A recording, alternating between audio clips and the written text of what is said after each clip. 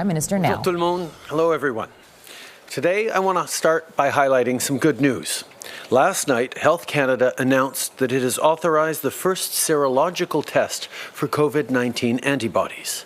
This is a critical step for the work of the COVID-19 Immunity Task Force, which now has a safe and approved test that can detect antibodies specific to COVID-19 in an individual's blood. These tests will help us better understand immunity against the virus and how it spreads, so we can keep Canadians safe and healthy. Yesterday, Health Canada announced that it authorized a first serology test for antibodies to COVID-19. This is crucial progress for the task force on COVID-19 immunity, which now has a safe and approved test that will make it possible to detect antibodies to COVID-19 in people. This is an important stage in gaining a better understanding of immunity against the virus and how the virus propagates. It will help us protect Canadians. I now want to turn to what we're doing to help employers keep their employees. Over the past few weeks, our government has unveiled a number of measures to help businesses stay afloat during the crisis. We want to make sure that as many Canadians as possible can keep getting their paycheck now and have a job to come back to once the pandemic is behind us. Because that day will come, and when it does, Canada needs to be ready. Our government has been laying the groundwork for our economic recovery.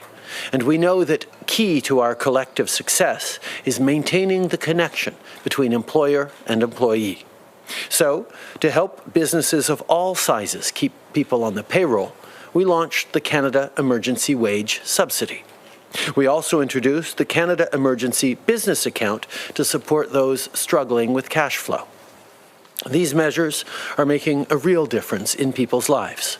So far, more than 500,000 small businesses have received a loan through the CESB, and over 120,000 employers have been approved to receive the Canada Emergency Wage Subsidy for almost 2 million workers.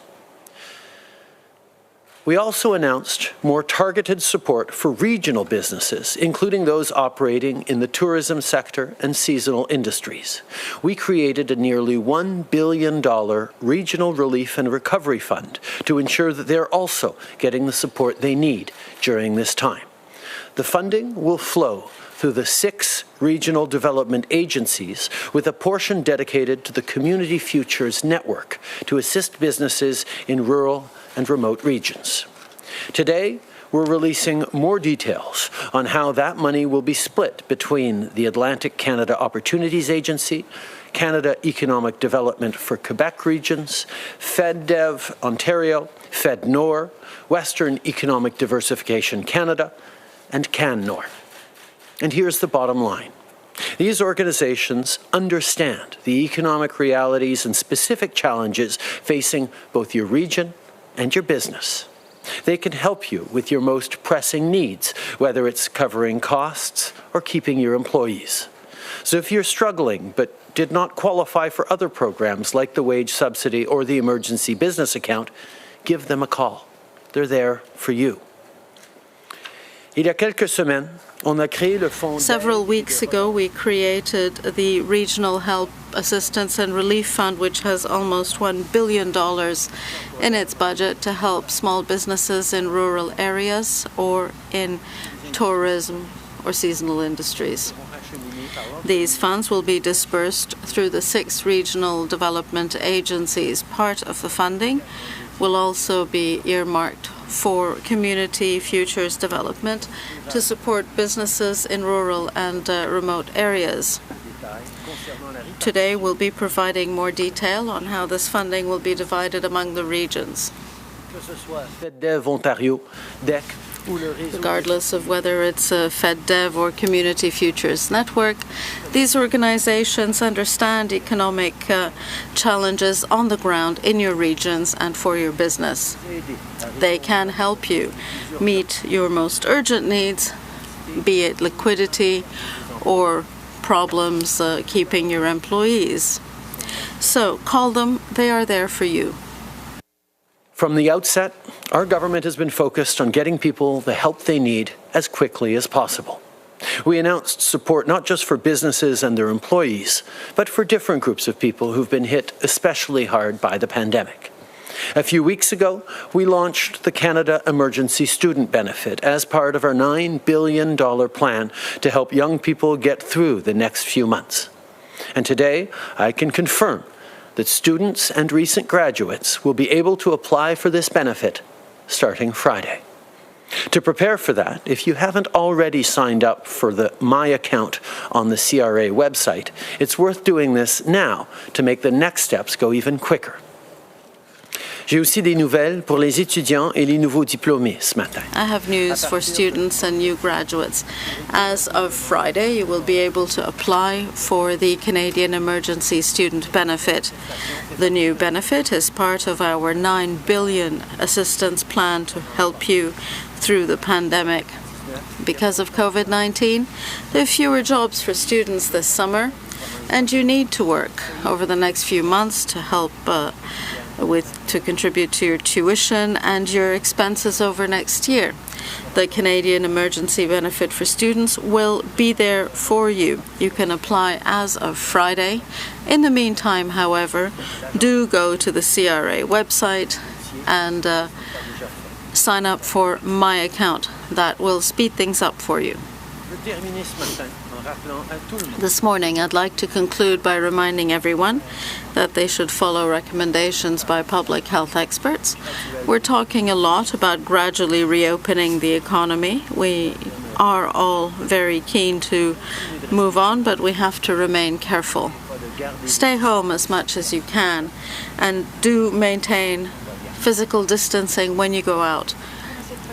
Thank you, Prime Minister. We'll move to questions on the telephone. First question. Michel Lamarche, TVA. Mr. Trudeau, you were talking about reopening the economy. It is starting. Now, with regard to the wearing of non-medical masks, are you ready to issue directives to Canada as a whole, the directive that people should wear masks when leaving home? We are seeing different regions facing different circumstances. In PEI, things are very different from what they are in Ontario, for example. So we need to allow local and provincial authorities to establish the principles and guidelines that are best suited to their own circumstances. But as we know, the best ways of protecting oneself are staying home as much as possible, and if we must go out, stay at least 2 meters away from anyone else.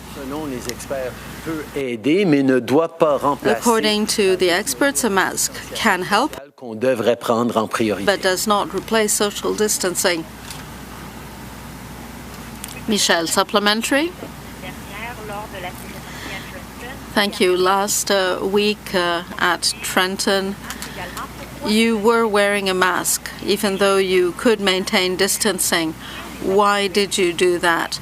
And regarding the border, why are the Americans resisting extension of the border closure? At Trenton, it was at the Armed Forces' request that everyone wore a mask, so we all did. As for the U.S., we're having extremely constructive discussions. These are continuing. Discussions with the U.S. administration, that is. And so far, the partnership has been fantastic, and I see no reason why it shouldn't continue being so. Highlight that since the very beginning of this pandemic, the communications and the collaboration with our American partners has been exceptional. Conversations are ongoing all the time on a range of measures, including border measures. And I can tell you that up until now, the collaboration has been exceptional, and I see no reason for that to change. Merci. Opérateur, prochaine question. Next question, please. Next question, David Lundgren, Reuters. Line open. Good morning, Prime Minister. On the border, we understand that the two sides are going to agree to keep the restrictions in place until June 21st. But what happens in future if you decide the border should be shut and the Americans decide it should be open? Will you go ahead and keep it shut even though your biggest trading partner is urging you to open up? Right now, we're making decisions for right now. Obviously, there are reflections on what next steps could be and might be in different situations and different progressions of COVID-19. But every step of the way in this unprecedented situation, we're reacting to and responding to the realities we see now, and that's where we will stay focused. We're focused on keeping Canadians safe every step of the way, and we'll take the necessary decisions at every different step. As a follow-up? Secondly, Norway's sovereign fund, which is the largest of its kind in the world, is blacklisting 4 Canadian oil sands firms. What's your reaction to this? And doesn't this suggest that the major oil sands producers have a lot more work to do for you to consider that they're aligning with federal climate goals? We've seen investors around the world looking at the risks associated with climate change as an integral part of investment decisions they make. That is why it is so important for Canada to continue to move forward on fighting climate change and reduce our emissions in all sectors. And I can highlight that many companies in the energy sector have understood that the investment climate is shifting and there is a need for clear leadership and clear targets to reach on fighting climate change to draw on global capital. Thank you. Operator, next question. Thank you. Merci. Next question, Ryan Timilty, National Post. Line open. Yeah, good morning, Prime Minister. Yesterday, the Toronto Transit Commission came out and painted sort of a really dire financial picture for the next couple of months, and it's dealing with the same sort of, other transit agencies across the country are dealing with the same sort of financial picture. I'm wondering if you think the federal government will have a role in helping to deal with that, especially if it could mean big service cuts or potentially these transit systems not operating. I think we recognize we're in a very, very difficult situation right now where we have asked Canadians to cease a massive part of the economic activity that keeps this country going. We've done this for the very important and clear reason of protecting Canadians' lives, because we know that protecting the health and safety of Canadians is necessary for us to move forward with a strong country economically or otherwise. That's why the decisions we've taken to keep Canadians safe need to come first.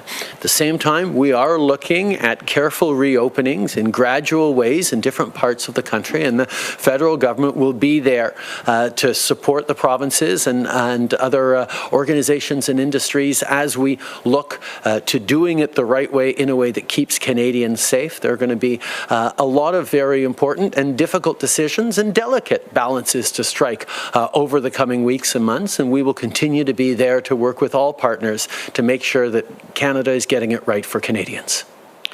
As a follow-up, Ryan? Yeah, I'm sorry, sir, but on transit systems specifically, like the Toronto Transit Commission, like OC Transpo, that are struggling with their revenues, do you think the federal government will play a role, or do you think that's a provincial responsibility? Well, as we know, operation of transit systems is a provincial and municipal responsibility. As a federal government, however, we have made significant investments in upgrading and strengthening transit systems across the country, because we know it's such a key part of both prosperity and moving forward in ways that make life affordable and fighting climate change at the same time for Canadians. So we will be there to listen to concerns that Canadians are expressing and that different orders of governments are expressing on making sure that our reopening is successful. We know that public transit and getting people to work is going to be an important part of our economy moving forward, but we also know that the challenges posed by social distancing and much greater working from home has come and affected our transit system significantly. So we're going to have to adjust, and the federal government will be there to work with the provinces, including supporting them in their areas of jurisdiction in many cases. Nous savons que le transport collectif est important. We know that public transit is important to the economy, will be important as the economy starts up again, but there are social distancing challenges on public transit, and a lot of people are working from home. Therefore, our public transit systems have seen their revenues fall. We will be there to support provinces and municipalities if need be, but we recognize that public transit systems are operated by provinces and municipalities, not by the federal government.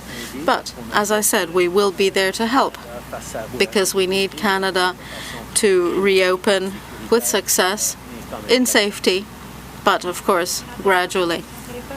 Last telephone question, please. Prochaine question, Lina Dib, La Presse canadienne. À vous. Lina Dib, Canadian Press. Thank you, Mr. Trudeau. I'd like to get back to long-term care facilities.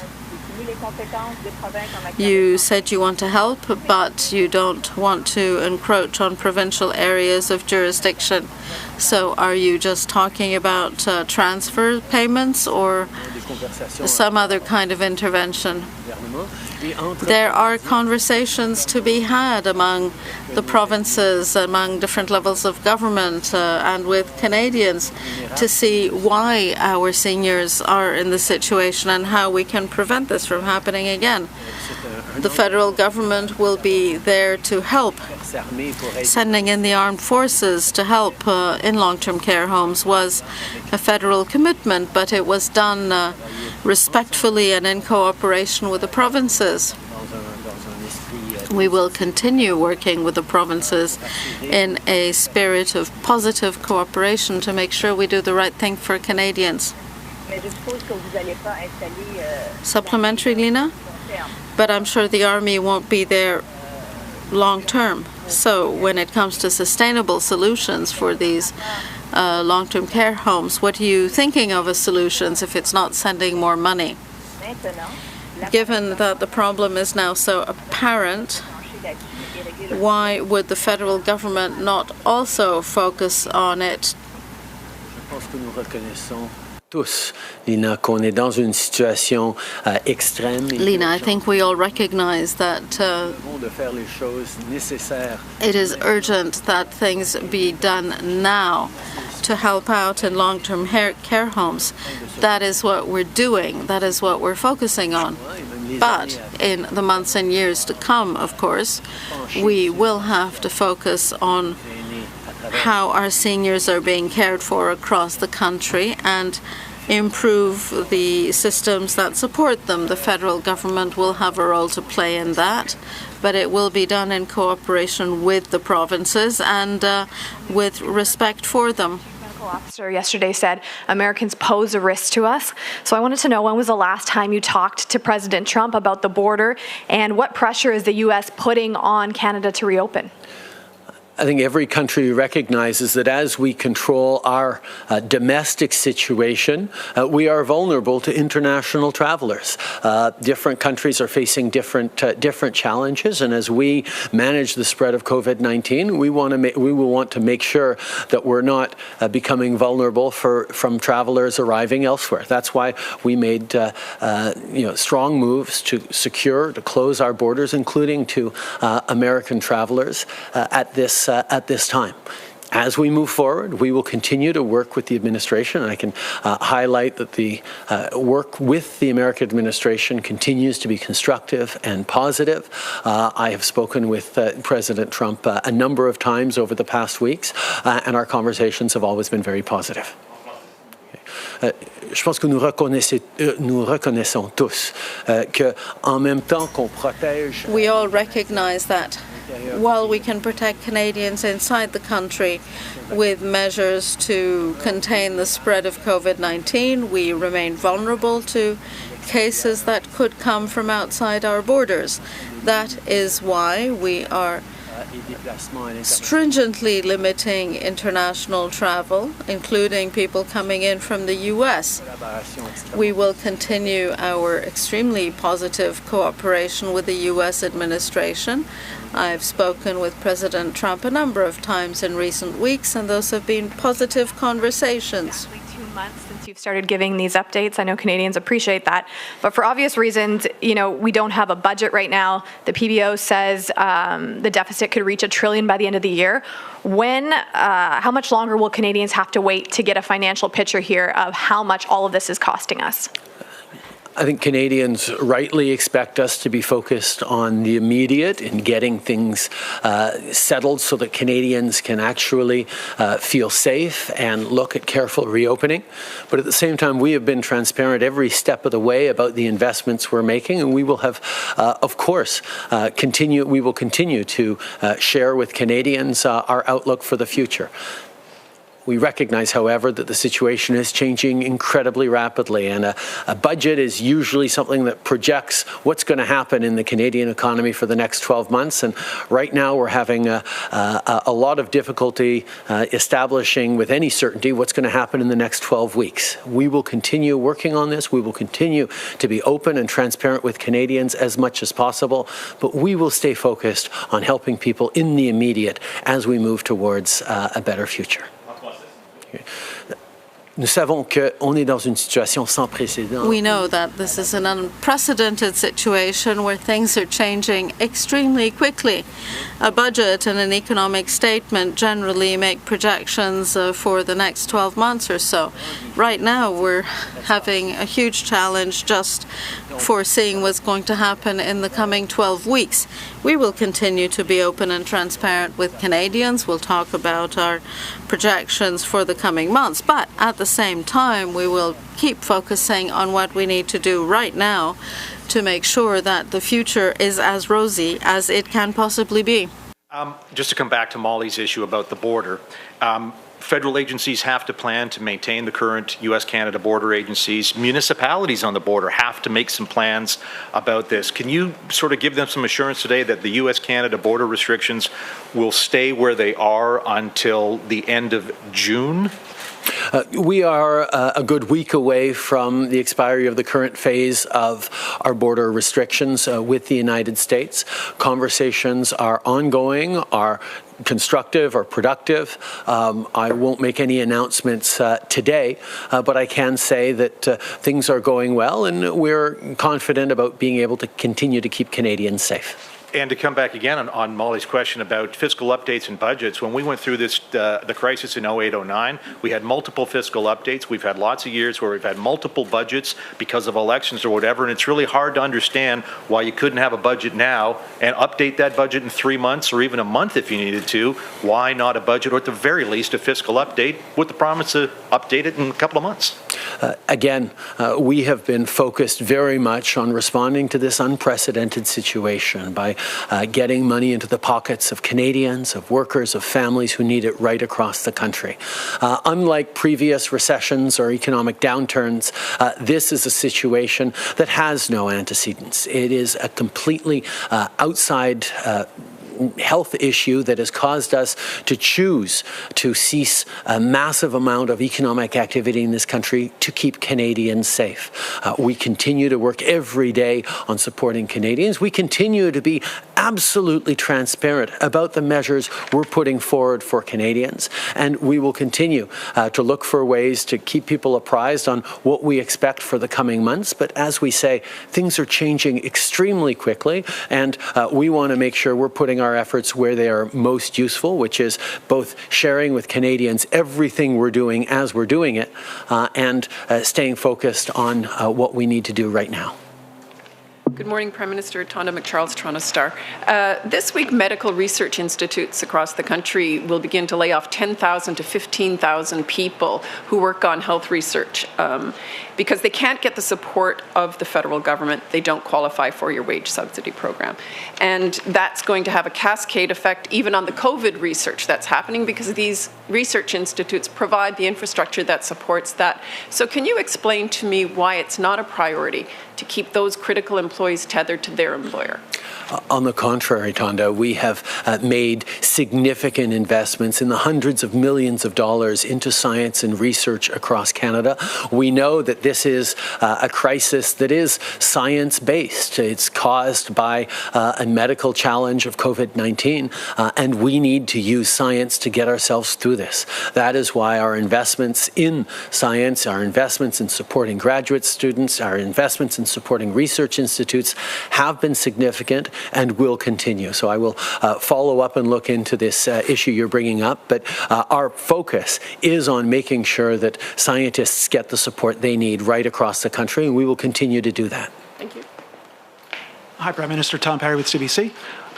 Ontario says it's going to wrap up testing at long-term care facilities in the next couple of days. Quebec is nowhere near that. You're a Quebecer, you're a Quebec MP. Can I ask you, why do you think the province is having such a hard time with this? And is there anything more you can do to help? The responsibility of the federal government is to support the provinces in delivering their plans for things like testing, for things like PPE, their plans for reopening. We are there to work with the provinces to ensure they have the equipment and the capabilities they need, whether it's been procuring swabs for testing kits around the country, whether it's moving forward on domestic production of the reagent necessary for producing results from those tests. The federal government has been extremely active, and we will continue to be there to respond to the provinces in their plans and their needs for more testing. It's something that we know is an essential part of how we move forward on a careful reopening. Le rôle du gouvernement fédéral, c'est d'être là pour appuyer les provinces. The federal government's role is to be there to support provinces in their planning, be it to provide and obtain personal protection equipment, testing kits, reagents needed to analyze the samples. The federal government has done everything it can to support the provinces, but testing strategies are approved by the provinces. The federal government will support them, as we do now. Steve Chase, Globe and Mail. Mr. Prime Minister, your ambassador to China, Dominic Barton, told a group of Canadians last week that China, because of its conduct, is alienating foreign countries and injuring its goodwill abroad. As Mr. Barton put it in foreign policy jargon, China is accumulating negative soft power around the world. That is, it's undermining its international influence and the ability to persuade other countries to see things Beijing's way. Now, you hired Mr. Barton because of his expertise in China. So the question for you is, do you agree with his assessment? I think it's clear that there are many questions for countries around the origins and behavior in early days on the COVID-19 situation, particularly questions for China that we've called on to need to be asked in the coming months so we can get answers. At the same time, we're seeing a global pandemic that requires a global coordinated response, and how countries are behaving now towards each other, supporting each other, moving forward in a difficult time is being noticed by everyone. And I think it's totally normal that we be asking questions about how different countries are behaving, including China. Okay.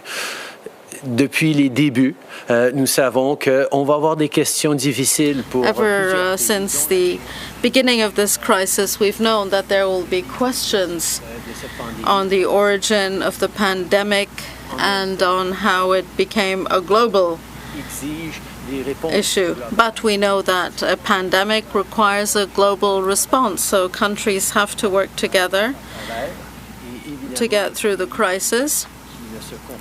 And countries that don't behave as they should will certainly find themselves having to answer questions, and that's quite natural. Louis Blois de Canada. You were very cautious with China for the last few weeks every time we deal with China, especially with the idea which has been put forward by Australia regarding an inquiry. Are you fearing some impact on the medical cooperation? My responsibility at any time is to guarantee well-being and safety to Canadian citizens. So we should work with all countries throughout the world for the purpose of getting the necessary equipment and means to manage through the crisis. So, of course, questions will have to be answered on the manner in which everybody has behaved, including China, in the future. But at each step, I have to do all that I can for the purpose of protecting Canadians through the crisis, and this is what I'm going to do. First and foremost, as Prime Minister, is to look out for Canadians, to make sure we're keeping Canadians safe and healthy and whole as much as possible in good times and in times of crisis. That's why, even though, of course, we will have very strong questions to ask of many different countries through how this pandemic began and propagated around the world, my focus needs to be on ensuring that we're getting the support necessary for Canadians every step of the way, in terms of PPE, in terms of testing capacities, in terms of partnerships towards getting treatments and vaccines for this. My focus needs to be on keeping Canadians safe, and that's where it will stay.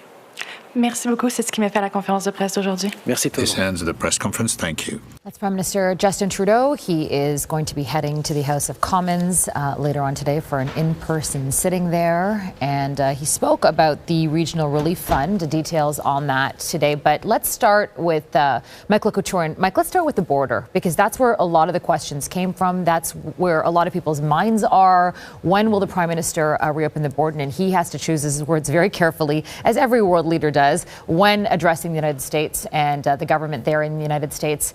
We didn't get a date, but what did you notice about the Prime Minister in terms of how his messaging and tone has shifted on this in the past week?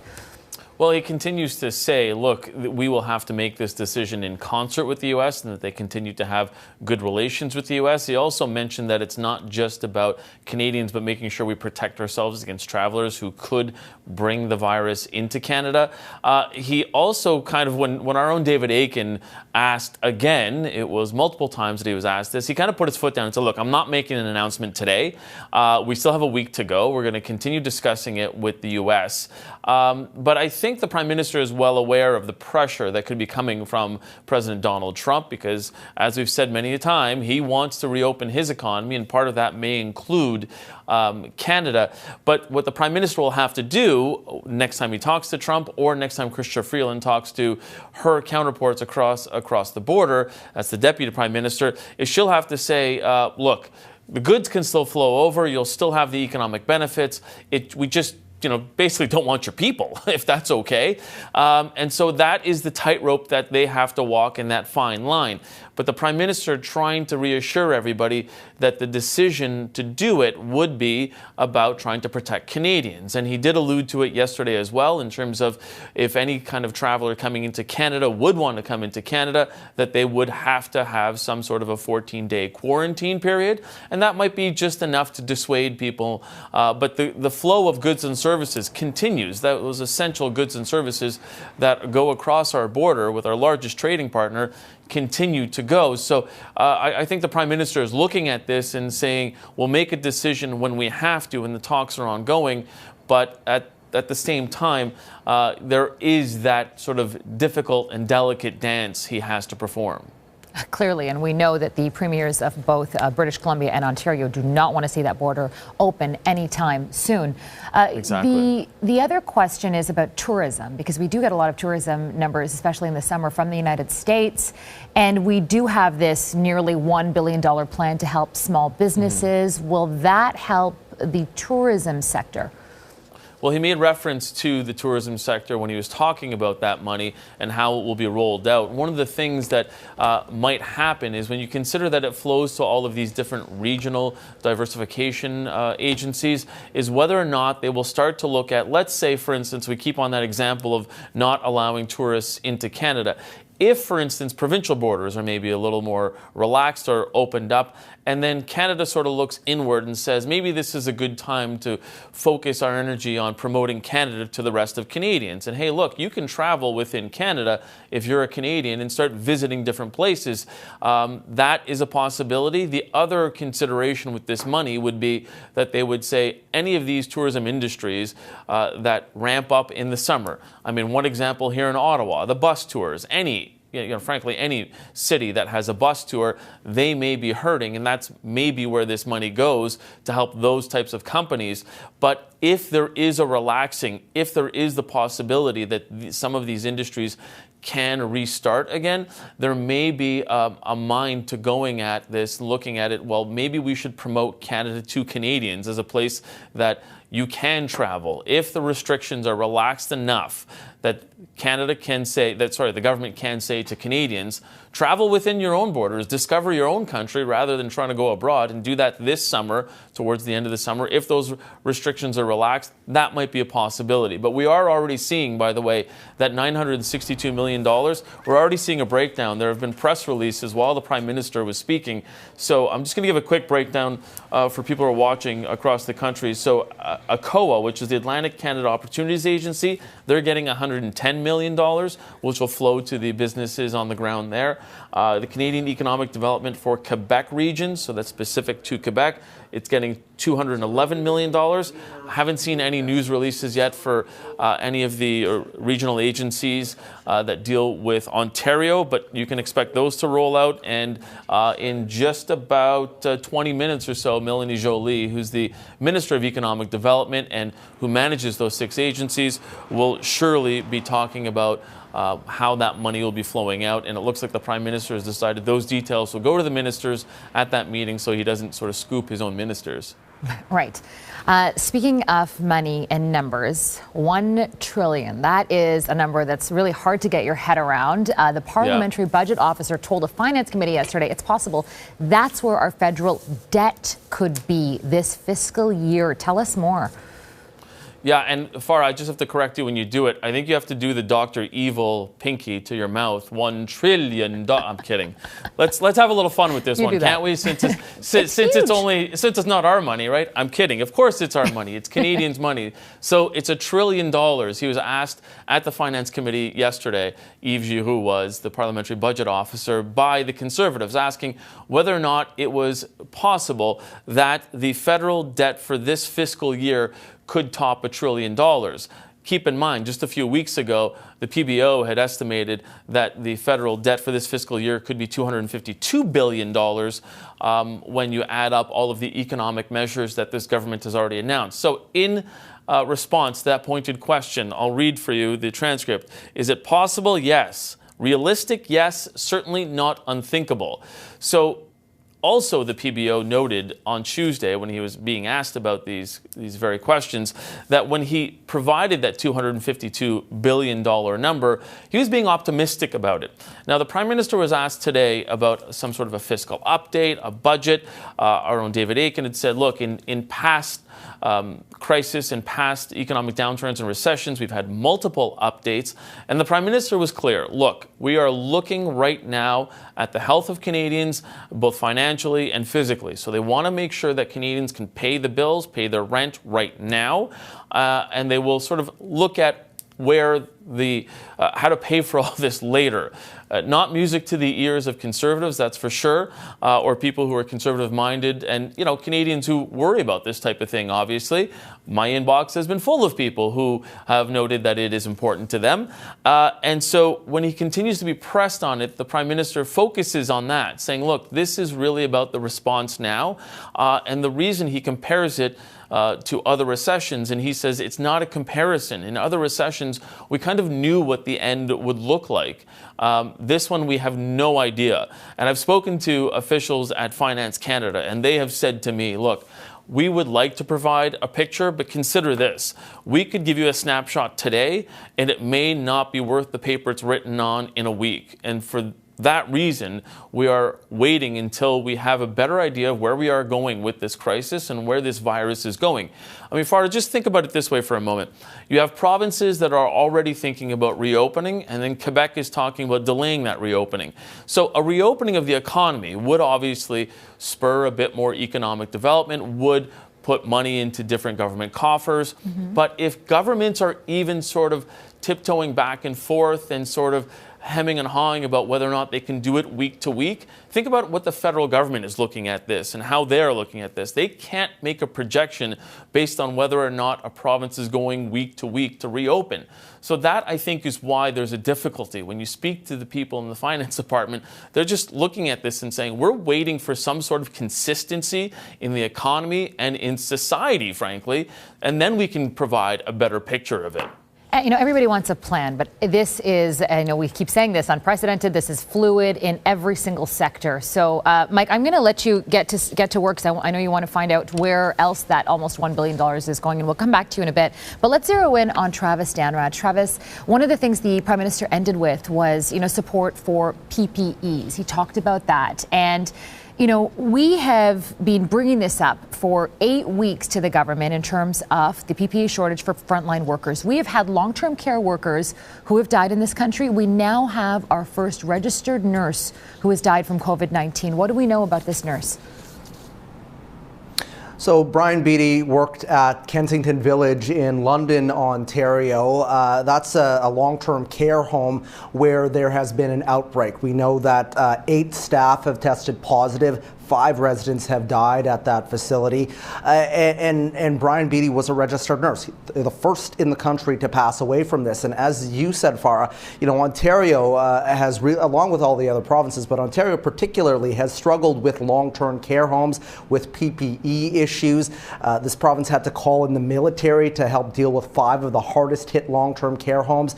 And an announcement today that the government is now moving to take over, or they could take over, some long-term care homes. It's a move that British Columbia has already enacted, but the government has been pressed as to why they aren't moving in and taking over some of these long-term care homes. We don't have a lot of details as to whether or not this was community spread, or whether or not Mr. Beattie contracted COVID-19 from his work at the facility, at this long-term care home. But the president of the Ontario Nurses Association put out a statement today, as did the home, talking about the fact that he was someone that viewed the residents, viewed his other colleagues as family, that he really wanted to come into work and help these folks in their time of need, and that he didn't think twice about it. And that just shows the dedication that some of these frontline workers have. And I'll also point out that it is Nursing Week right now. So, the Nurses Association says, how ironic that we are mourning the death of the first registered nurse in Ontario while having to fight still for personal protection equipment. The Premier, Doug Ford, here in Ontario, was asked about PPE specifically yesterday, because the legislature did sit yesterday. And he said, listen, every long-term home, every frontline worker that wants personal protection equipment should be able to get it. All they need to do is put up their hand. They need to call my office if they can't get it for some reason. But we know from the frontline workers that is still not happening. PPE is still a major issue, Farah. Yeah, it's not. If only if it was that easy, just putting up your hand and getting the personal protective devices. Again, we brought this up first, I remember, on March 16th, and we're now 8 weeks later, and still it's an issue, these PPE. And frontline workers, we know, are more likely to get COVID than people in the general public. So because they are so close to it. Let's shift our focus now on Ontario's reopening plans. I know the Premier there hinted that we might get an announcement even about school next week. Yeah, so, Mike was talking a little bit about how this is a little bit of a delicate dance, and we have certainly been seeing that here in Ontario. They're kind of looking at the Goldilocks approach. They don't want to go too slowly because they have, obviously, the fiscal concerns that every other province has, but they also don't want to go too quickly because they have said that, they are concerned, as is everyone else, about a second wave and what opening up could look like if it happens too quickly and there are too many events outside and too many people going to businesses, etc.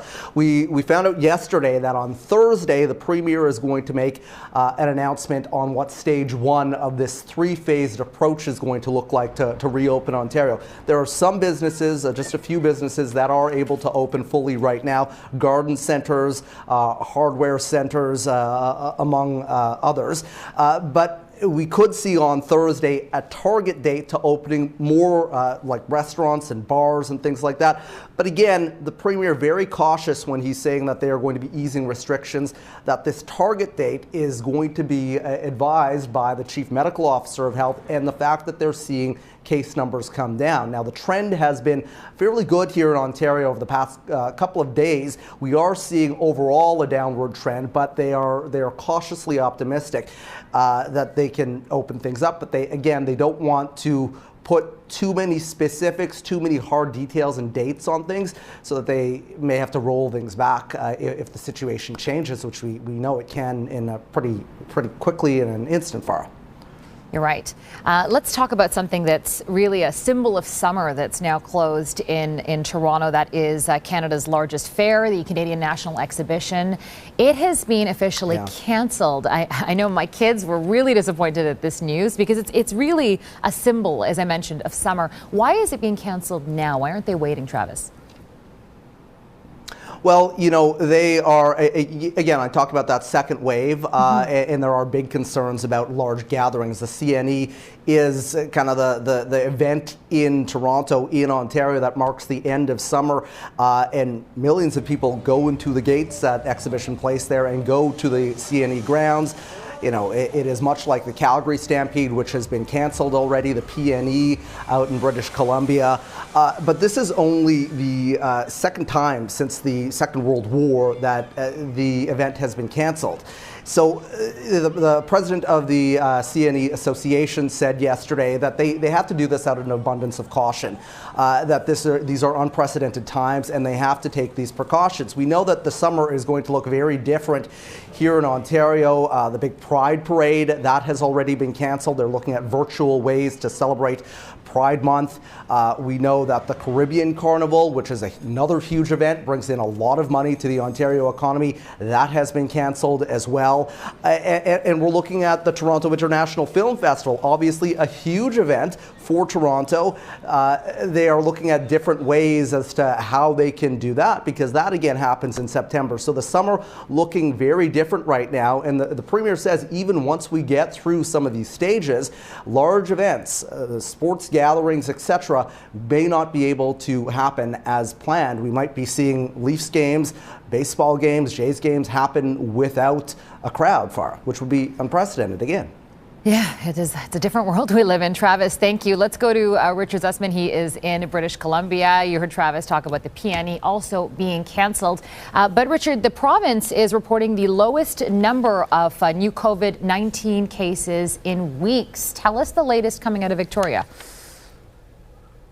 Yeah, yesterday, just 7 new cases of test positive COVID-19 here in British Columbia, Farah. That is the lowest number we have seen since March. And it's part of a trend line that we've seen here in British Columbia over the last few weeks. And that's why this province is moving towards reopening on May 19th. So there are a number of steps involved with the gradual reopening of BC's economy, but it does focus on a number of sectors in the economy. British Columbia also didn't close as many things as other jurisdictions like Ontario and Quebec, but restaurants will be able to start operating, it looks, as soon as next week. The plans for each individual restaurant will have to be approved by medical health officers, and there also will need to be a posting at every restaurant or online describing to the public how they are going to maintain physical distancing guidelines and ensure that both patrons and staff are safe from the spread of COVID-19. We're also expecting later this week some more details on the reopening of schools. Some vulnerable kids and kids of essential workers are in schools now, but this is going to be a larger reopening targeted for the beginning of June. It will be optional for parents here in British Columbia, but will very much be part of the plan of reopening. The one thing the province, though, does not want to see reopened are those borders. I know you were talking to Mike about that earlier. A lot of questions to the Prime Minister today. Premier John Horgan here in British Columbia has been adamant that the border should not open, and they should not open anytime soon. The Premier does not want to see the hard work of British Columbians thrown to the wayside if it means visitors are pouring across the border from Washington State and other places in the United States into British Columbia. So that is the message from the Premier, who keeps speaking to the Prime Minister and Deputy Prime Minister Chrystia Freeland about BC, saying we do not want these borders reopened anytime soon. Same with Premier, as you mentioned, Premier Doug Ford saying the same thing. Let's talk about the cruise ship industry. It's obviously very big for British Columbia's economy. What's the chance of cruise ships returning for the summer? Very, very little chance. And Dr. Bonnie Henry, the Chief Medical Health Officer here in BC, was asked about that yesterday. And again, the message is we do not want this industry here now. There will be formally no cruises until July 1st, but the hope from the BC government is that is extended. And I think the sense is they do not want to see the cruise industry at all in British Columbia this summer. There are just far too many risks associated with cruise ships at this point for the spread of COVID-19. A number of cruise ships, hundreds, come through both Victoria and Vancouver. It is part of the lifeblood of the tourism economy and is leading to a pretty significant blow to the local economy in terms of tourism dollars. But the provincial health officials say it's just not worth the risk to allow cruise ships back and operating. Ultimately, it's up to the federal government to decide whether cruise ships will be allowed, but the strong message from the province is they should not be here this summer. I think even with the public seeing what happened in cruise ships, the mindset around the cruise industry has certainly shifted. I want to ask you about a conversation that happened yesterday. Premier Horgan and NHL Commissioner Gary Bettman spoke. What did they talk about? They spoke about the return of hockey, Farah, and Travis mentioned games in front of no fans. Well, the thought here is that Vancouver could play host to what the NHL is describing as a hub city.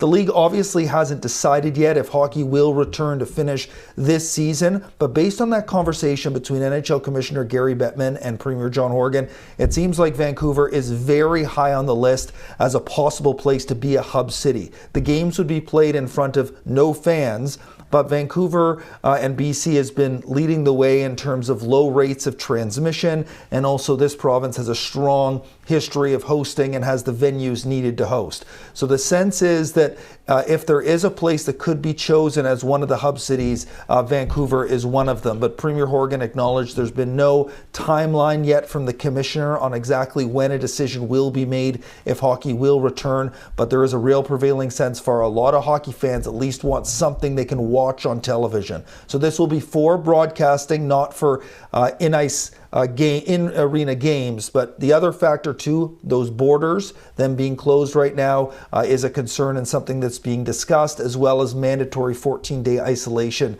if you come to British Columbia from outside of the country. So all of those challenges have to be tackled. Our Chief Medical Health Officer, Dr. Bonnie Henry, also saying she would need to approve any plan for the NHL to return. She's optimistic it's possible, but still needs to see those details.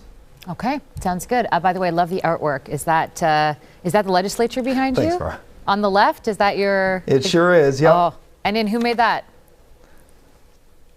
So Bailey, my 8-year-old, made these. They've been rotating through. So we've done the icons of British Columbia. Cherry blossoms are so iconic. I know they're not from here, but they are an iconic part of our spring. So the cherry blossoms are up there as well. We've had a Sasquatch and Ogopogo, sort of institutions of our fine province. So we like to, Bailey loves being able to share her artwork with everyone. Oh, Bailey is fantastic. She certainly has a future.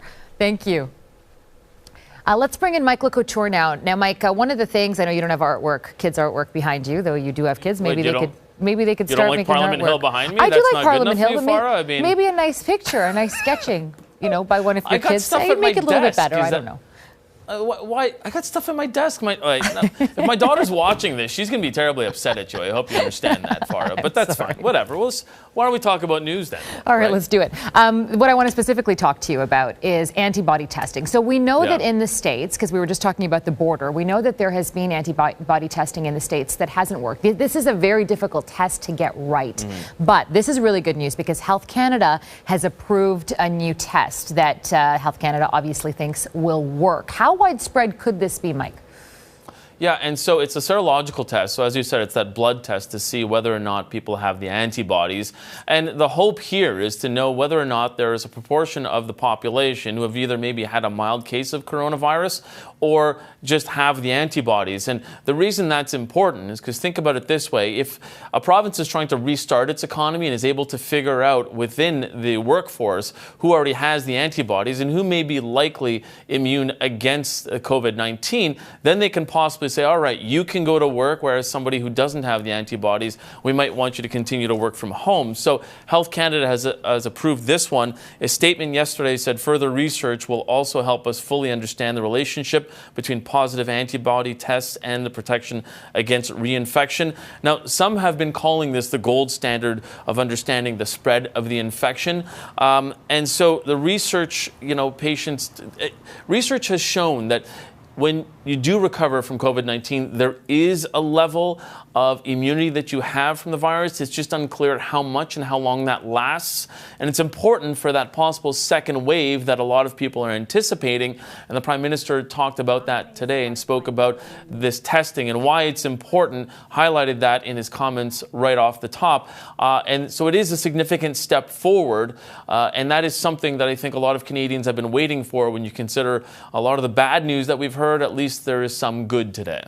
Yeah, clearly the antibody testing and then, of course, hopefully a vaccine, some sort of solution between China and Canada that we've been talking about. But there's a lot of people working on vaccines right now. So we'll see what happens out of that. Let's talk about the in-person meeting at the House of Commons right behind you.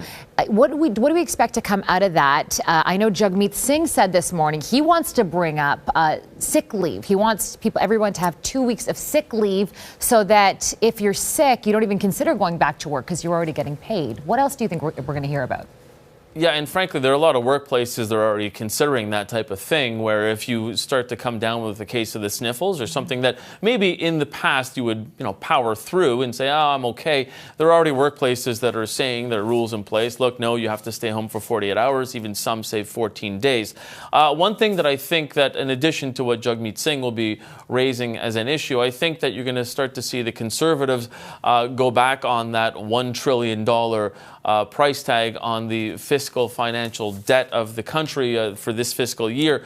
That has been something that the Conservatives continue to harp on, specifically because they believe that this government is just using this time to spend and spend and spend. So they want to make sure that there are some sort of limits put in there. So I would expect to see a number of Conservative MPs raise that to the Prime Minister in that in-person meeting of the House of Commons. It's a special meeting, as we've told people many a time here, that it's specifically dealing with issues around COVID-19. And I think the Bloc Québécois might bring up funding for long-term care facilities. That has been a concern, especially in Quebec.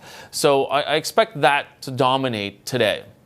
And testing at long-term care, I know we heard the question that Ontario is saying by Friday they're going to have done all their testing at long-term care facilities. Quebec is far behind that, and Trudeau, of course, asked about that and said it's provincial jurisdiction.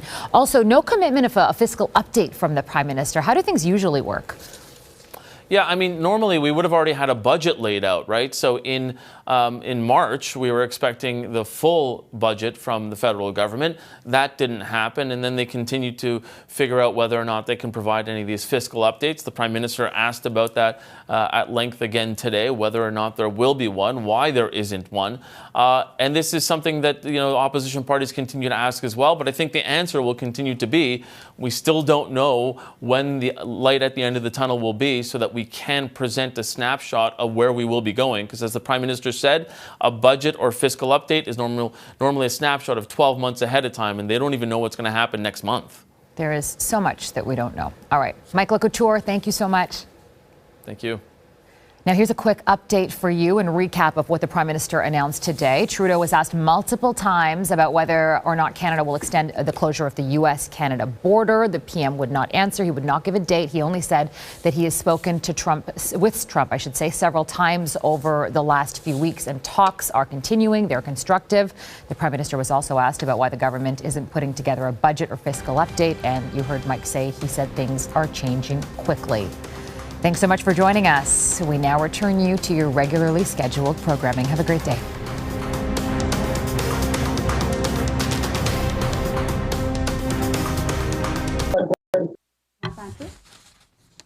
Hello everyone. It's a pleasure for me to be with you. Ça me fait plaisir d'être avec vous aujourd'hui. I'm pleased to be here today. Today we'll begin with Dr. Tam. I will follow afterwards, and afterwards my colleague Carla Qualtrough will also have some news to announce. Donc, Par la suite, donc Dr. Tam va aller en premier. So Dr. Tam will begin, after which I have an announcement to make and information to give you, after which my colleague Carla Quadro will be providing you with more information and answer your questions. And of course, question period will be hosted here in the room. Bonjour à toutes et à tous. Good afternoon, everyone. I'll start with the latest numbers on COVID-19 in Canada. There are now 71,486 confirmed cases, including 5,209 deaths, and 34,496, or 48% of cases, have now recovered. Labs across Canada have tested over 1,169,000 people for COVID-19 to date, with about 6% of these testing positive overall. We're now testing on average of 26 to 28,000 people daily. These numbers change quickly and are updated regularly on canada.ca/coronavirus. Today, Statistics Canada released information on excess deaths in Canada. Excess deaths is a measure of the additional deaths that have occurred over and above the expected number based on trends for previous years. It is an important way for us to understand the full impact of an extraordinary event like COVID-19 against expected mortality. La surmortalité rappelle également qu'une crise importante. It is also a reminder that a significant crisis like COVID-19 can have health consequences beyond the illness itself, such as increased illness and death associated with mental health issues, problematic substance use, or delayed health seeking for acute and chronic health conditions. Crisis like COVID-19 can have health consequences beyond the illness itself, such as an increased illness and death associated with mental health issues, problematic substance use, or delay in health seeking for acute and chronic health conditions. Delays in seeking urgent care for life-threatening illnesses like heart attacks or stroke can result in immediate increases in death rates, while delays in chronic disease management like diabetes care can affect medium and longer-term illness and death rates. Likewise, delayed or missed appointments for prevention visits to maintain routine vaccinations increases the risk of infectious disease outbreaks and associated illness and deaths. So, as we review these numbers that tell us of the broader impacts of COVID-19 on the health of Canadians, I am reminding everyone that it is vital to maintain health visits for yourself and your family. That includes keeping health visits for everything from prevention and vaccines to mental health and chronic disease management, and not delaying getting immediate attention for life-threatening health and mental health concerns. Healthcare providers have implemented a range of precautions to prevent the spread of COVID-19 and ensure patient safety. This includes screening patients before appointments, staggering visit times to maintain social distancing, and in some cases, making virtual appointments available. So speak with your healthcare provider to see what options are available for you and your family to safely have your health needs met. Thank you. Merci. Merci, Dr. Tam. Thank you, Dr. Tam. I'm pleased to send out a message to all entrepreneurs who are working night and day for the survival of their businesses, as well as to ensure that they can bring their employees back into their organizations. I know that we're going through a period of major stress and anxiety. My message for you today is that the government is here for you. Today, I am pleased to announce the launch of the Regional Recovery Fund, about $1 billion fund that will be managed by the regional economic development agencies. Those agencies are in the Atlantic, it's Atlantic, in Quebec, it's DEC. In Ontario, there are two, FedNor in Northern Ontario and FedDev for the rest of the province. And in the West, it's Western Diversification Agency. And for the North, it's Canada. We have already created a safety net for people and major economic measures for our businesses. Now, if you have fallen between the cracks, or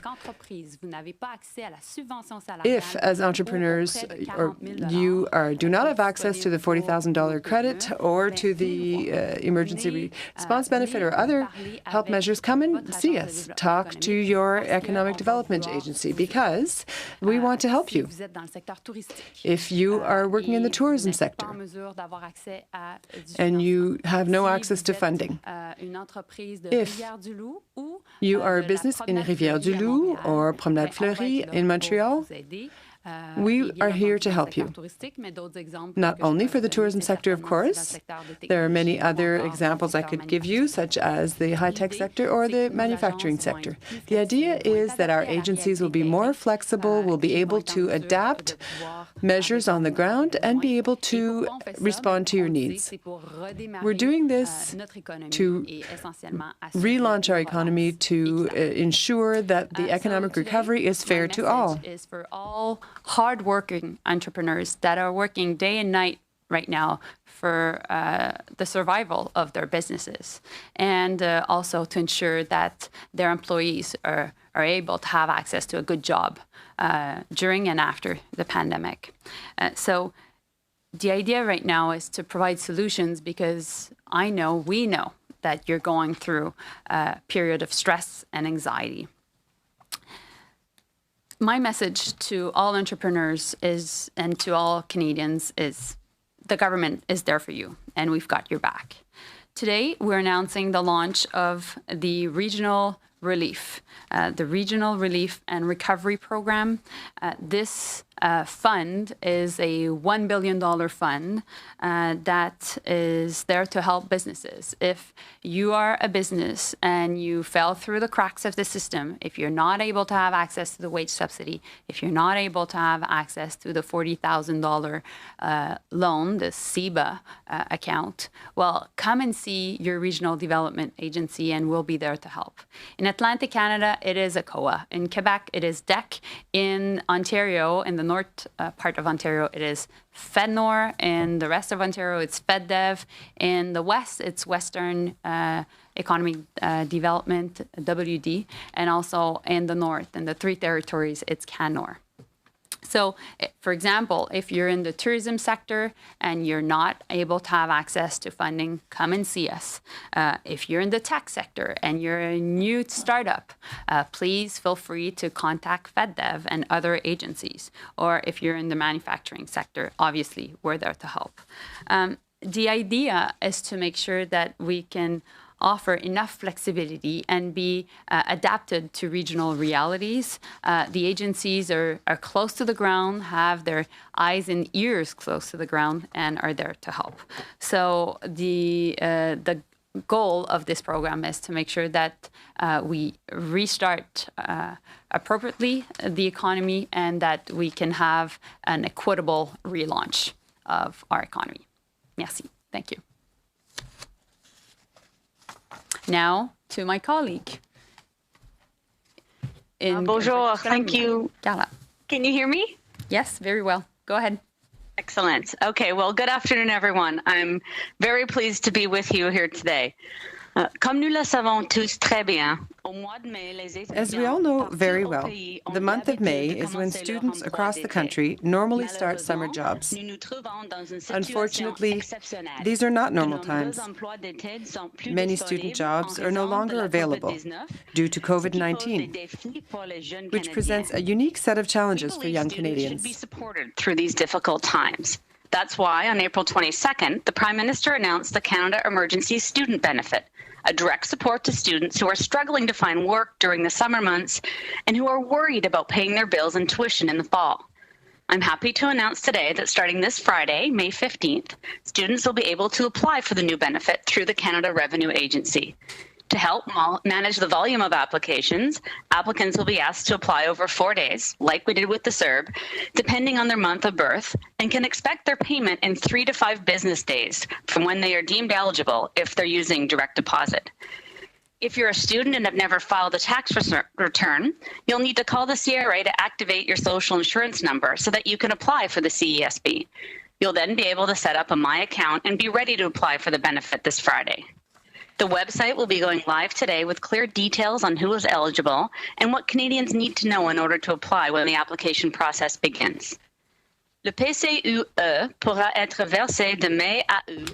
The CESB will be available from May to August to students and recent graduates who are not receiving the Canada Emergency Response Benefit and who are seeking work but unable to find it because of COVID-19. To Canadian students studying abroad, as well as high school graduates who will be starting a post-secondary program in the coming months. Through this benefit, eligible students will receive $1,250 per month from May to August 2020, or $2,000 per month for students with disabilities or students with dependents. This money will not have to be paid back.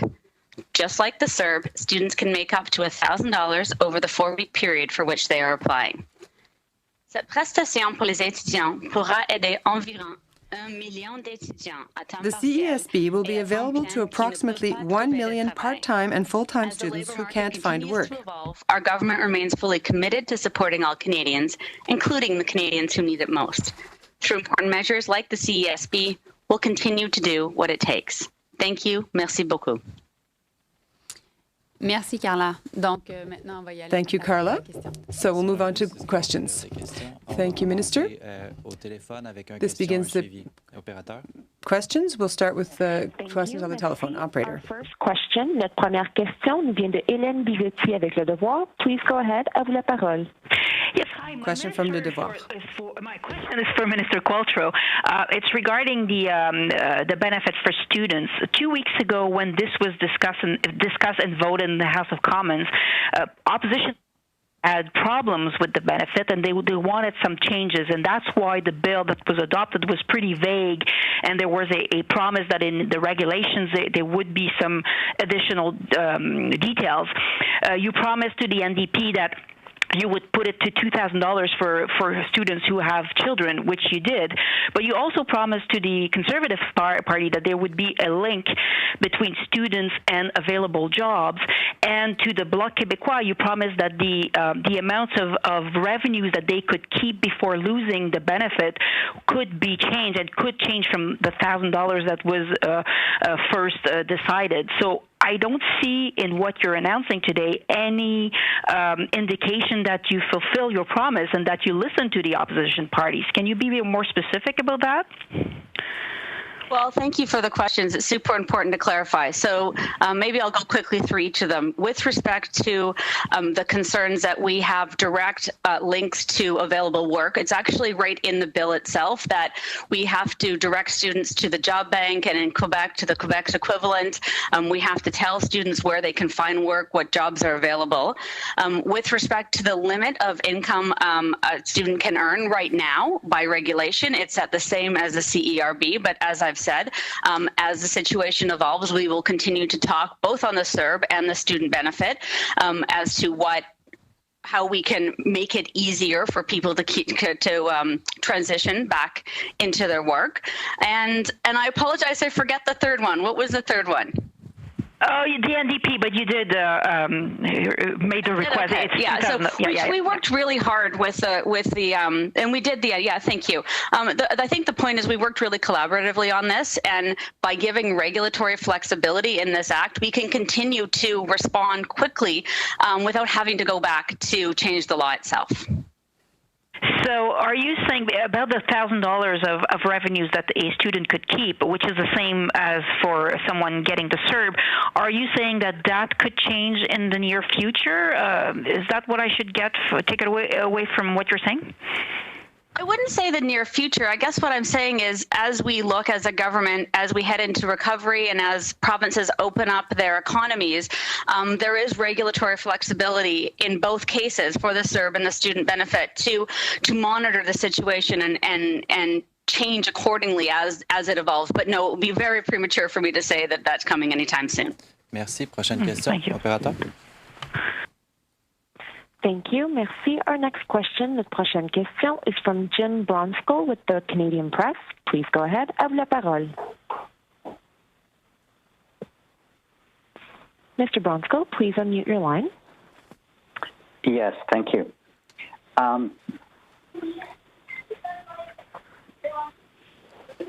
we're interested in knowing about testing, and now that officials have an approved antibody test, what precisely do they plan to do with it in terms of public testing, since the science on COVID-19 immunology isn't quite settled yet?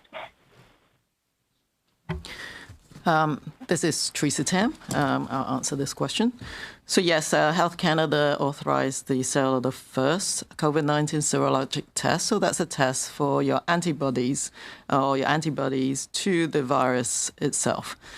So as you correctly pointed out, we don't know enough about the immunology of COVID-19.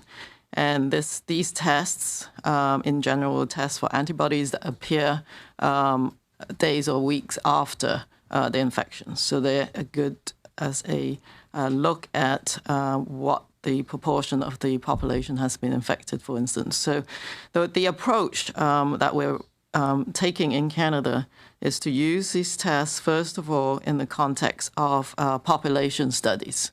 So the immunity task force that was formed just a short while ago has been really active in trying to accelerate and prioritize these tests so that we can use them to determine across the population an estimation of how many Canadians are infected in different places or different age groups or in different risk populations, for instance. So that will be the first key use.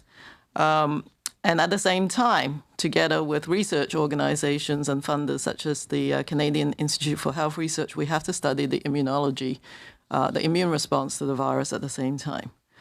And then we can interpret these tests as to what they mean for an individual.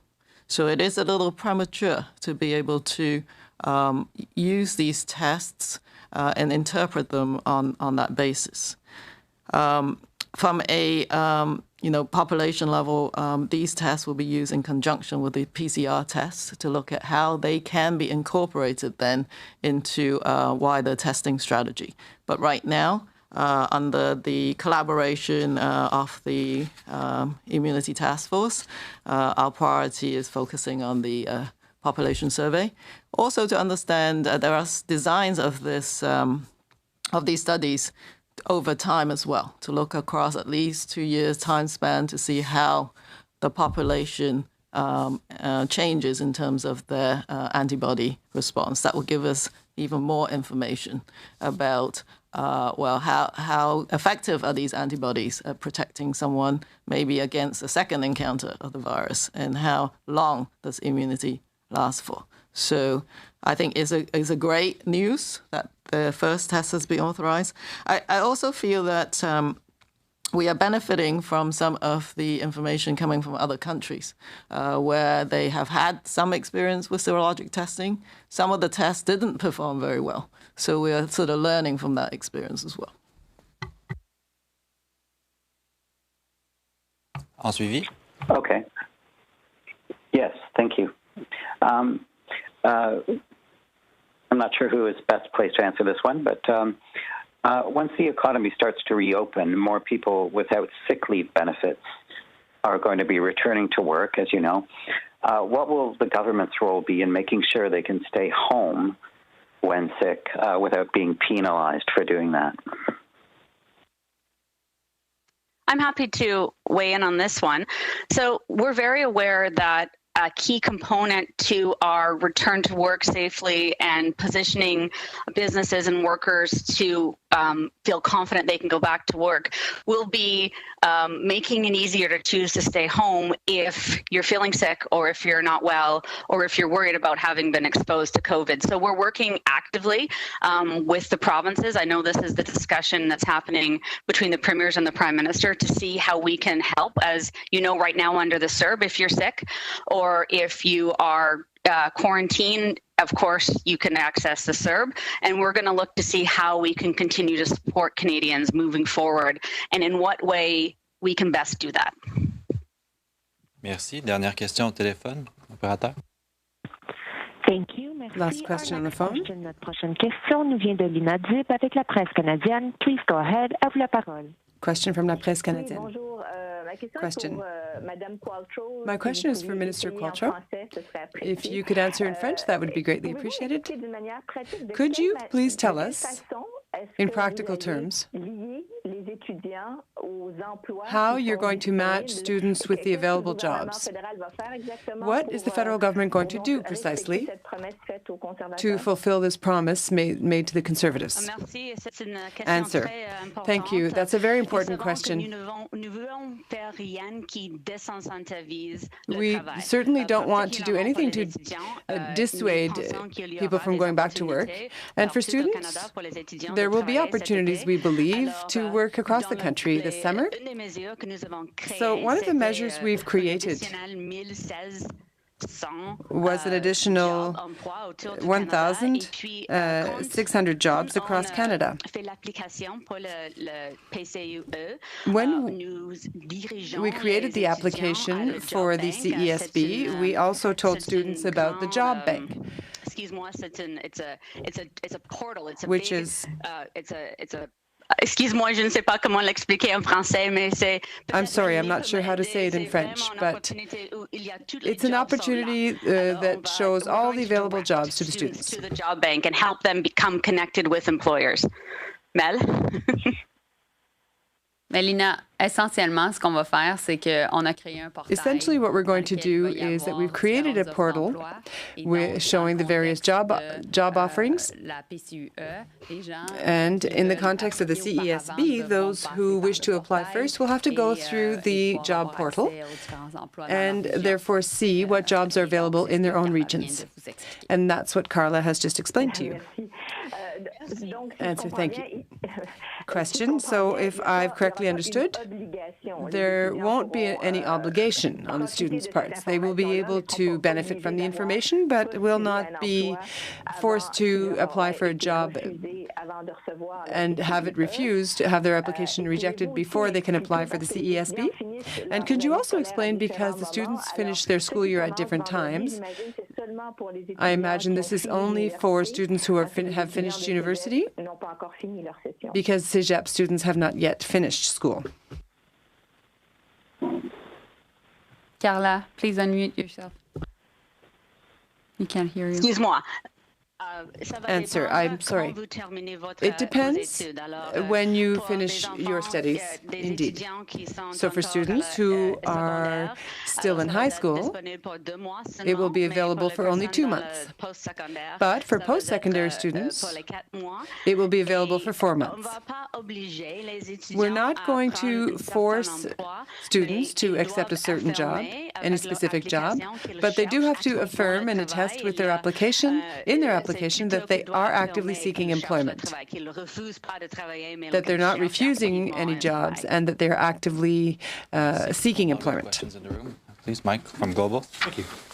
Dr. Tan, can we go back to the serologic testing?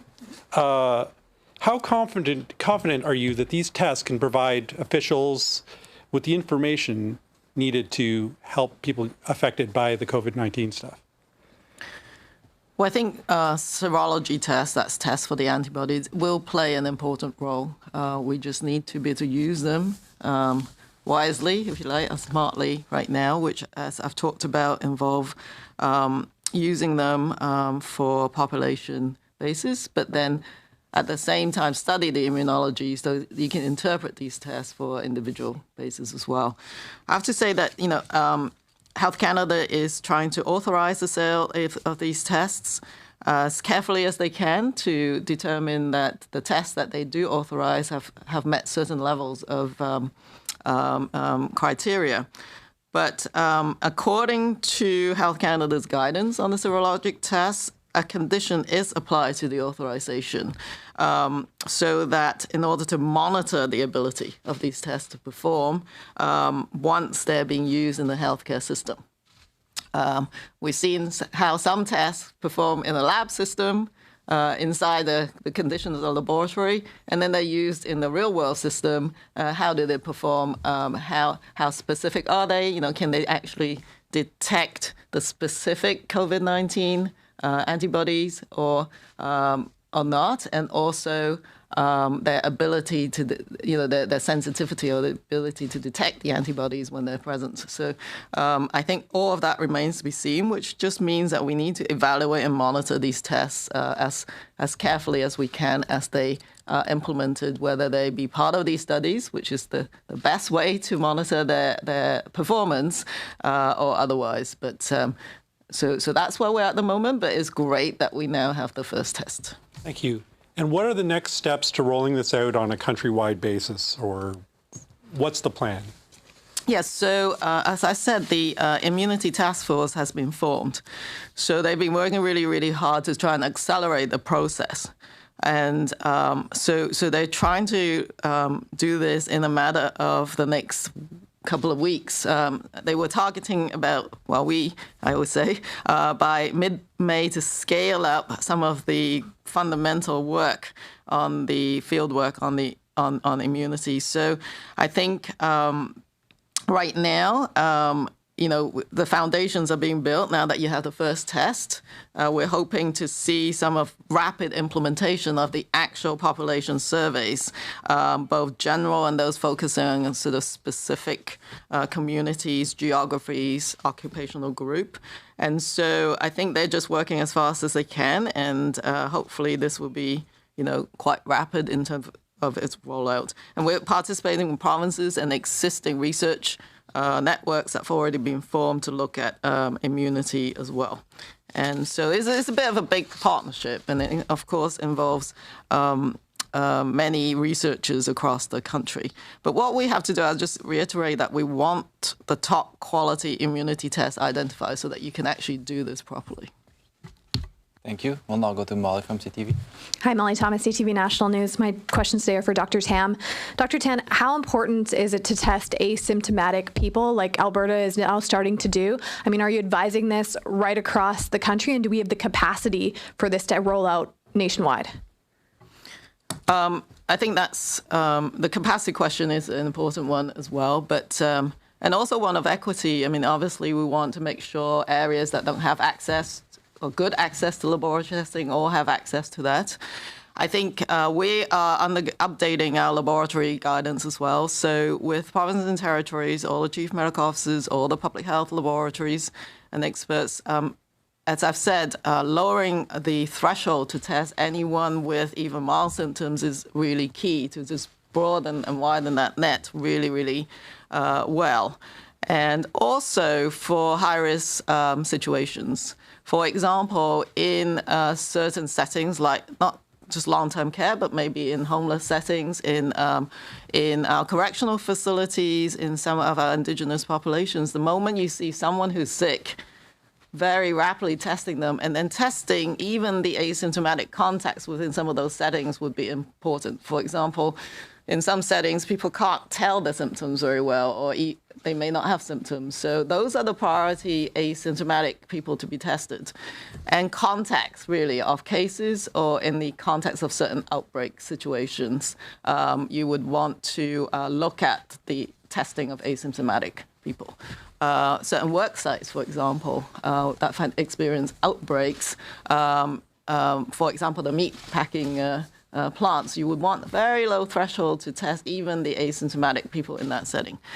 As to whether you should widen it for the general population, the way we're looking at it is what kind of sampling frame would you want to look at? Is it part of some of your efforts in surveillance, if you like?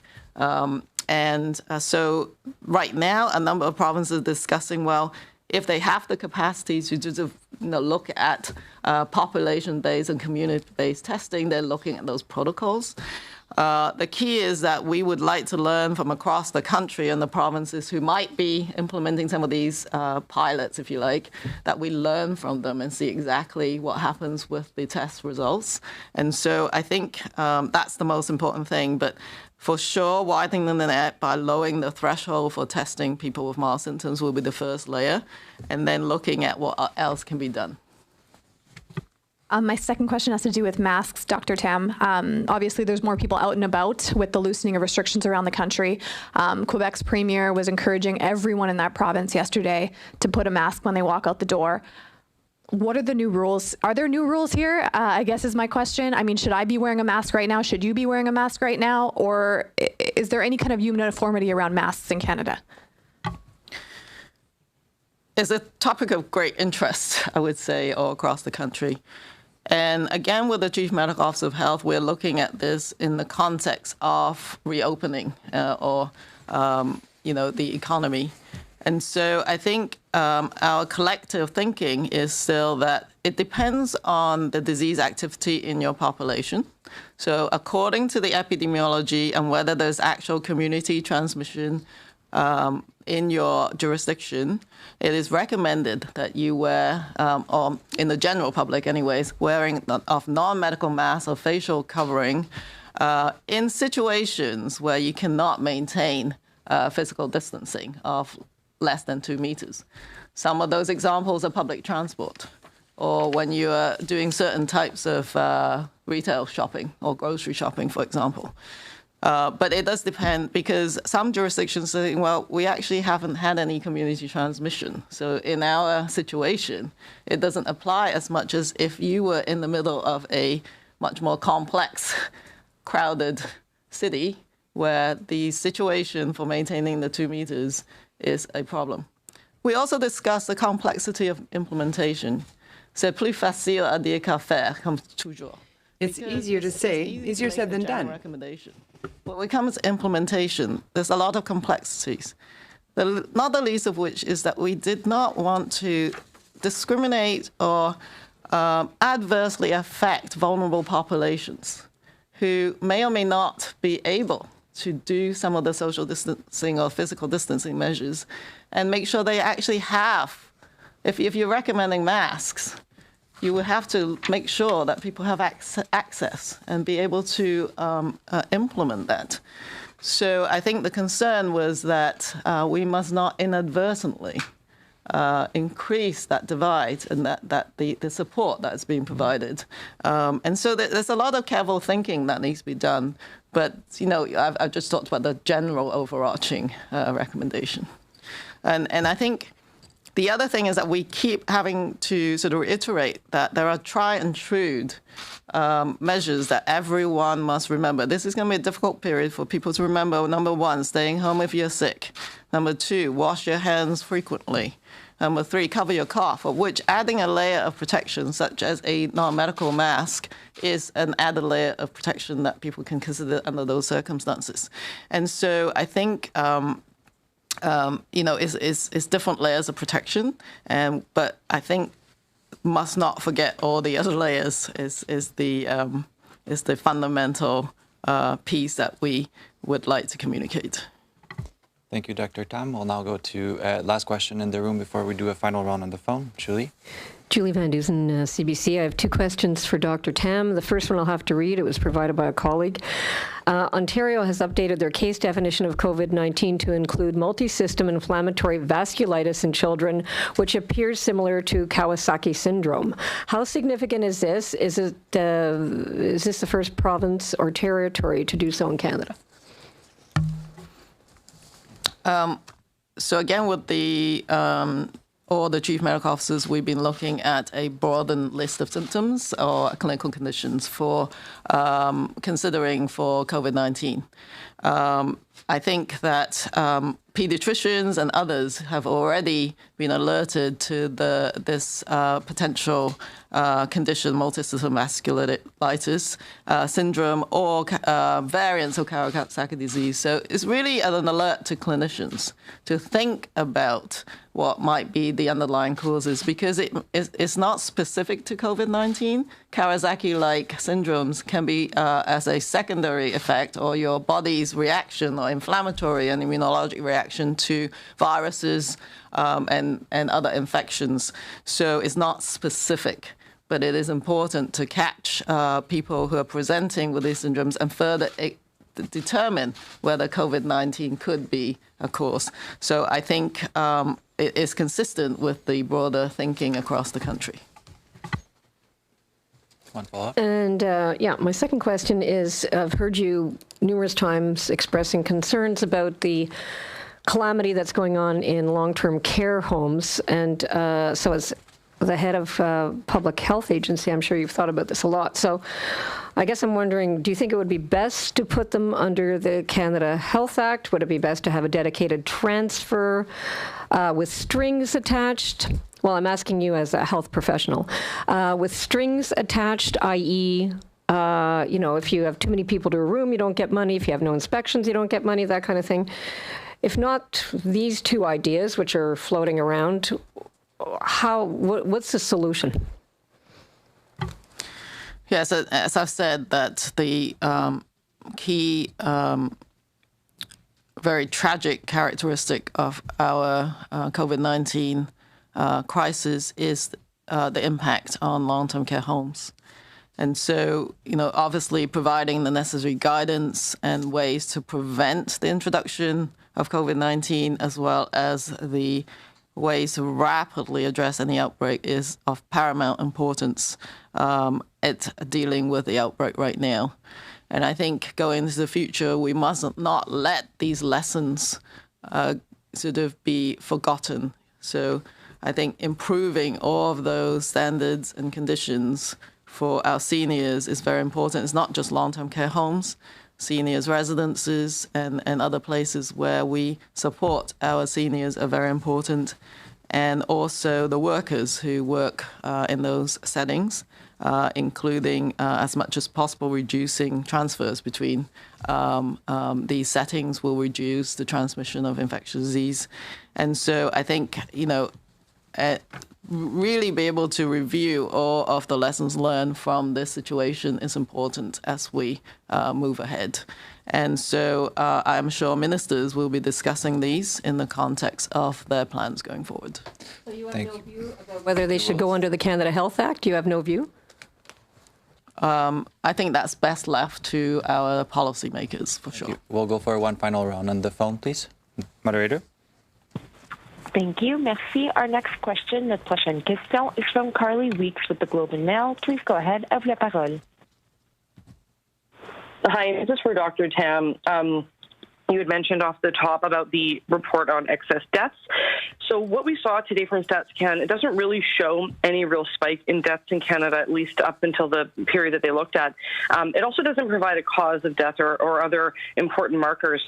What is your read or interpretation on what this report tells us about deaths in Canada so far this year? Yes, so this is just for the first quarter of 2020. And so, of course, Canada's COVID-19 epidemic began to accelerate from about mid-March, but the bulk of the illnesses and deaths, of course, hadn't occurred by the end of March. So this is a preliminary look at excess mortality. And also, it is only from 9 different provinces and territories, so we're still gathering data from the rest. So it is incomplete and preliminary, but it forms a really good foundation to look at the impact of this pandemic or crisis in another way.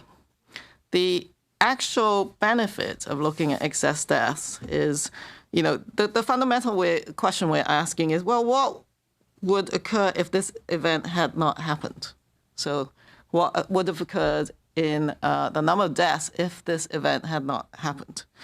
And then what actually happened, and could we attribute it to the COVID-19 itself? The benefit of looking at this indicator is that it does not require, it's not really skewed by any differences in the way deaths are reported or how death certificates are filled in, etc. It gives you an overarching sense of the excess deaths.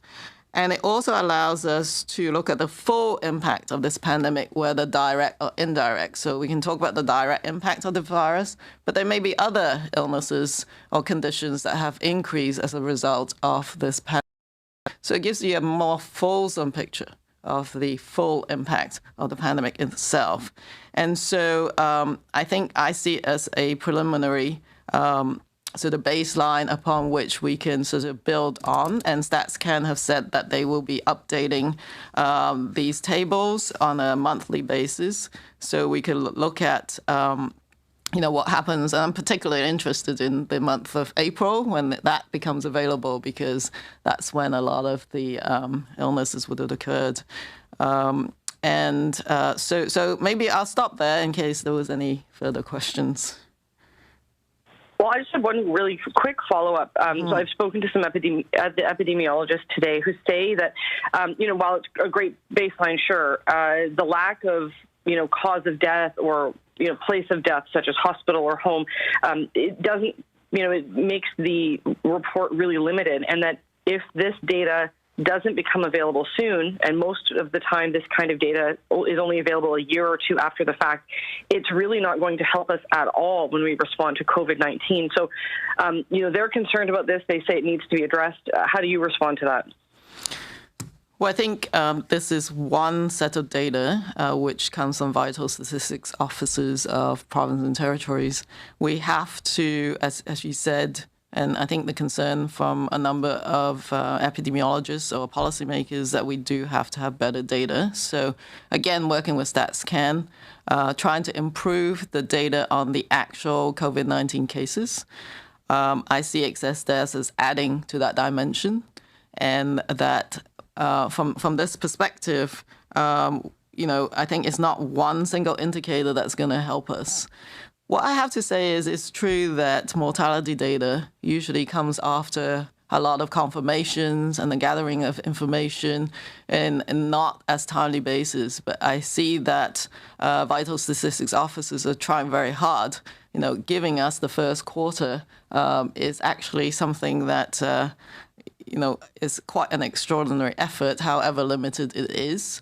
I'm sort of encouraged by the efforts being made by provinces that have come to at least try and put these statistics on the table. Do we still have a ways to go? Yes. Thank you. Next question. Thank you. Merci. Our next question, notre prochaine question, nous vient de Philippe Vincent-Foisy avec Radio-Canada. Please go ahead. À vous la parole. Question from Radio-Canada. Hello. My first question is for Dr. Tam. I'm trying to follow you because a few weeks ago, you said that there was no point testing asymptomatic people because if they had no symptoms, they probably weren't sick. And now you're saying that it would be a good idea to test them, especially if people are working in close quarters to one another.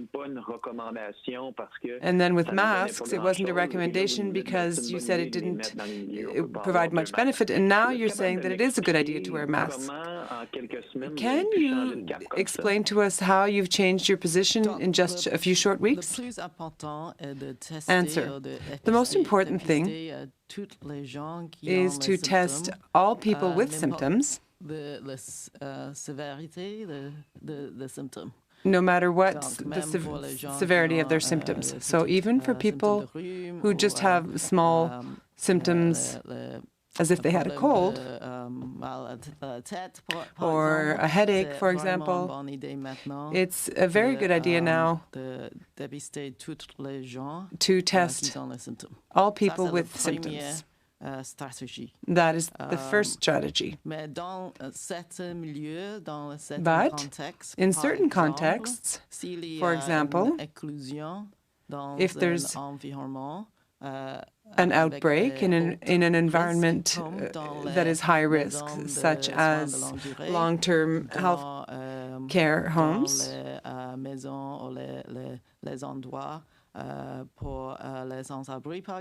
or in homeless shelters, for example.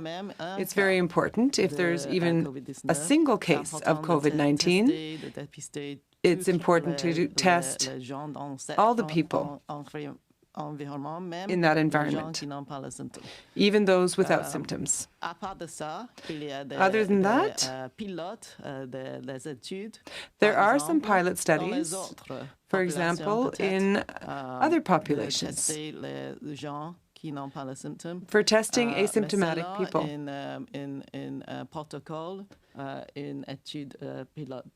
And there are protocols for those pilot studies. Follow-up question. And what about wearing masks and serologic tests? Why is it changed? And Minister Joly, when it comes to tourists, the tourism sector, they've asked for direct assistance, and why haven't they received that yet? Answer, once again, Dr. Tam, for serology tests, we have a single test that is available that has been approved by Health Canada so far. And it's very important to obtain further data about these tests, as to the quality of these tests, for example. So, the use of serology tests at this time is for studies in the population. There is a task force that's been created to study immunity and to determine what the immunity levels are in our population. And that's our main priority in Canada. At the same time,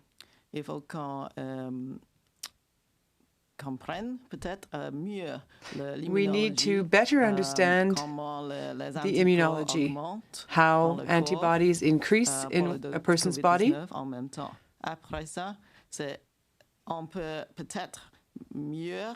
And after that, we may be able to better interpret and use these tests and other diagnostic tests in the general population.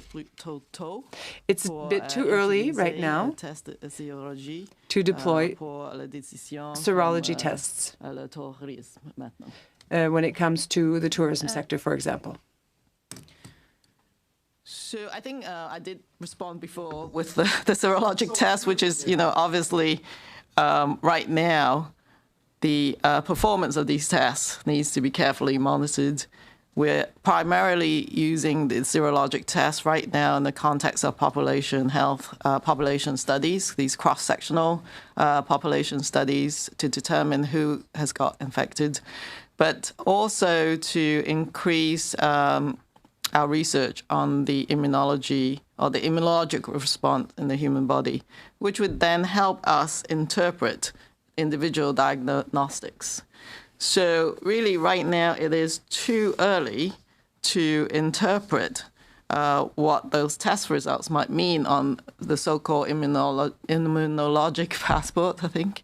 For that, you need to know, well, what kind of test does this person have and how long ago. Well, what does it actually mean? We don't have enough of those answers to interpret these kind of questions. So really, we need more information. Madame Joly, rapidement. Oui, si je peux me permettre, en fait, bonne nouvelle pour Minister Joly, quickly, yes. Answer, there is help for the tourism sector through the wage subsidy, through the $40,000 credit program. But if some businesses do not have access to any of those measures, now they will be able to turn towards their own regional economic development agencies. So I invite businesses in the tourism sector who are currently worried about the coming season to consult us and come and speak with us, and we will find solutions together. Thank you. Next question on the phone. Our last question, notre dernière question nous vient de Jamie Pashagamskam with APPM News. Please go ahead. À vous la parole. Yes, thank you. My question is concerning the Canada's prison system. There's another lawsuit against CESB that came out this week. When is Canada going to deal with the problem of inmates not feeling protected in Canada's prisons? Well, do you want to give Dr. Tam? Do you want to go ahead? So I think given the environment of our correctional facilities, it is extremely important to be able to respond, to prevent actually COVID-19 entry, but also to prevent its spread as soon as we know that there has been even a single case. So at least from the Public Health Agency's perspective, at the federal level, we've been working with Correctional Services Canada to make sure that they have the necessary infection prevention control protocols to ensure that they have the technical support that is needed should they actually have a case. And we have to work with the provinces and territories and the local public health unit to make sure that testing occurs very rapidly, should there be a case for these different settings, and to ensure that there's a proper supply of personal protective equipment, should there be any kind of signs of outbreak, or depending on what's happening in that community. So I think instituting these infection prevention control measures are very important. It is very difficult in certain settings to do physical distancing, for example. So each of the institutions must be able to sort of look at their plans for how they're going to protect both the inmates as well as the staff. And for the staff, it's not just about because they do go back to the families and they do mix in the community, is general recommendations on preventing infection in everyone it's of paramount importance. So again, the core public health measures of essentially making sure there's proper hygienic measures, people being able to wash their hands or maintain those. Again, it's probably something that people should be extremely mindful of in the context. Environmental cleaning, not to have any crowded conditions, changing schedules to protect people. And so I think all of that is or has been worked out in the different institutions. But I know that at least from the Correctional Services Canada, they're taking this extremely seriously. Okay, thank you. And concerning Indigenous inmates who make up the bulk of prisoners in federal prisons, has anything specifically targeted towards the Indigenous population in these prisons been looked at? For example, targeted release programs?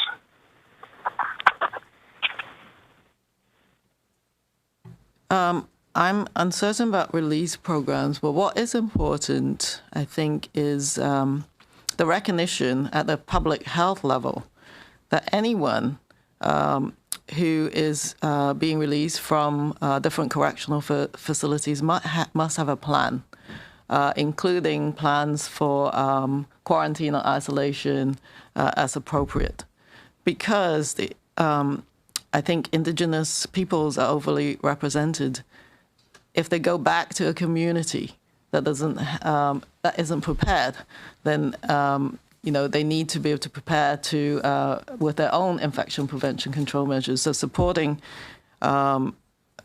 people as they be released from institutions, knowing what their plan is for infection prevention control. If there are local requirements for isolation or quarantine for 14 days, for example, if that's in play, they need to be supported in order to do that, to protect themselves, but also their community. So those kind of plans are really important.